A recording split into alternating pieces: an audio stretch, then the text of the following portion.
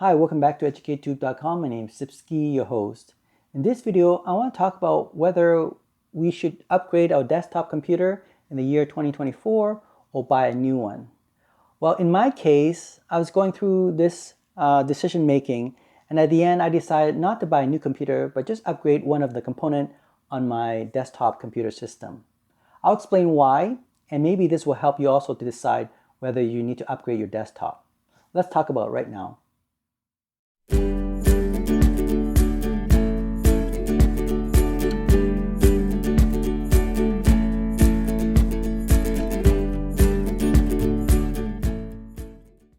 All right, so you're going through this process of deciding whether you should buy a new desktop or upgrading your current desktop. Well, that's what's happening to me right now, and I decided to actually upgrade my desktop. I'll explain in a minute, but before you do that, you need to know why you're buying a new desktop and what is the purpose of that desktop, the main purpose. Now, I'm not going to go into gaming and desktop because that's the whole different topic altogether, and I'm not into gaming. I'm more into video editing. So this is where I'm going to approach it from, right? Main application for me is video editing, like for example, making short films or YouTube videos. So this is where I will decide whether a new desktop is needed. Now for you, probably if you're in this type of situation where you want a desktop that can edit 4K video very quickly and you decided, should I upgrade or not? Well, here's a decision that you have to go through. Number one, is your desktop really old, more than 10 years old? Now, if you have an i7 8th generation or higher, and then you have a very good graphic card, like say GTX 1080 or 1080 Ti, then I don't really see the reason why you should upgrade your desktop if you're still editing in 1080p, full HD, or 4K video. And even adding special effects, as long as you have a very big RAM, like for example, at least 32 to like 128, right? Nowadays, these RAM, the DDR4, are getting quite cheap. I got mine for around $100, including tax, and that's Canadian dollars. So I upgrade my desktop from 32 to 64. Now, normally I wouldn't have any issue with my desktop when I'm editing. You know, it's an i7 8th generation with 32 gig RAM, and then it has GTX 1080p Ti, which is a very good graphic card because the VRAM is 11 gig of memory. So that's a very powerful system. I even have the drive, the hard drive, as being SSD and M2 type of drive, so super fast. So there is not really a good reason for me to buy a new one because the current one I have right now for editing 4K was good enough.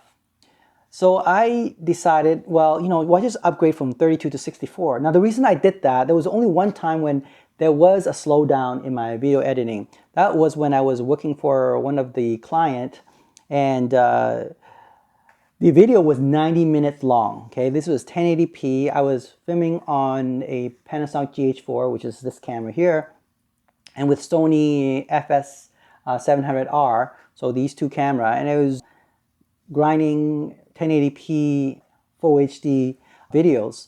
But the thing is, it was 90 minutes long. So as I was editing it, after like 50, 60 minutes of that long clips, it was getting hard on the computer video editor, and I could see that it was a bit slower. Okay, so that was with 32 gig RAM.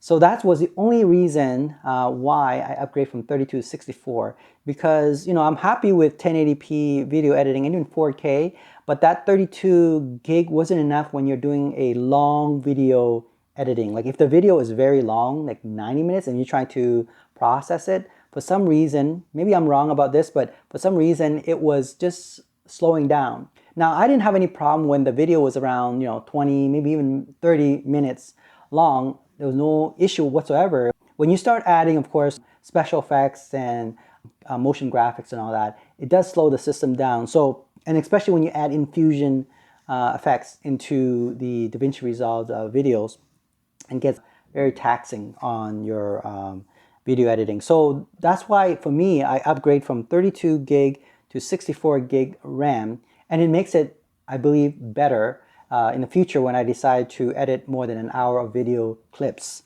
So that's why I'm not going to upgrade my desktop, because I think the configuration is still very good.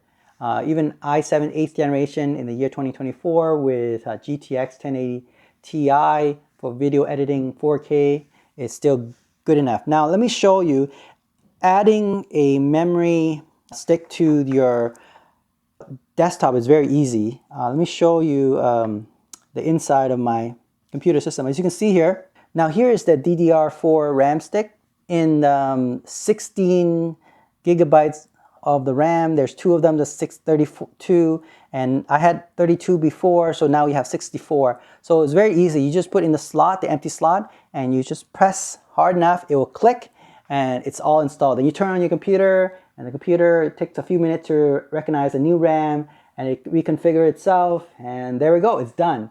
It's that easy. This is probably the fastest way and most efficient way to upgrade your desktop without spending a lot of money. I only spend maybe, after tax and everything, I think it's around $100 for this 32 gig RAM. And that makes my computer for editing, more than 1 hour of video clips more efficient, and it's more faster.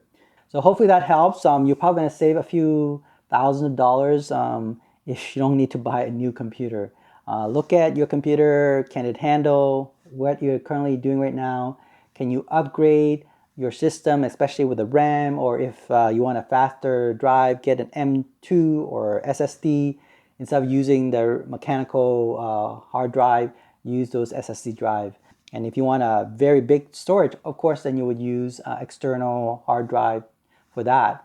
But for fast processing, I would recommend getting SSD or M2 drive, and you'll speed up your workflow. Okay, so those are the things that I would say, yeah, get those first.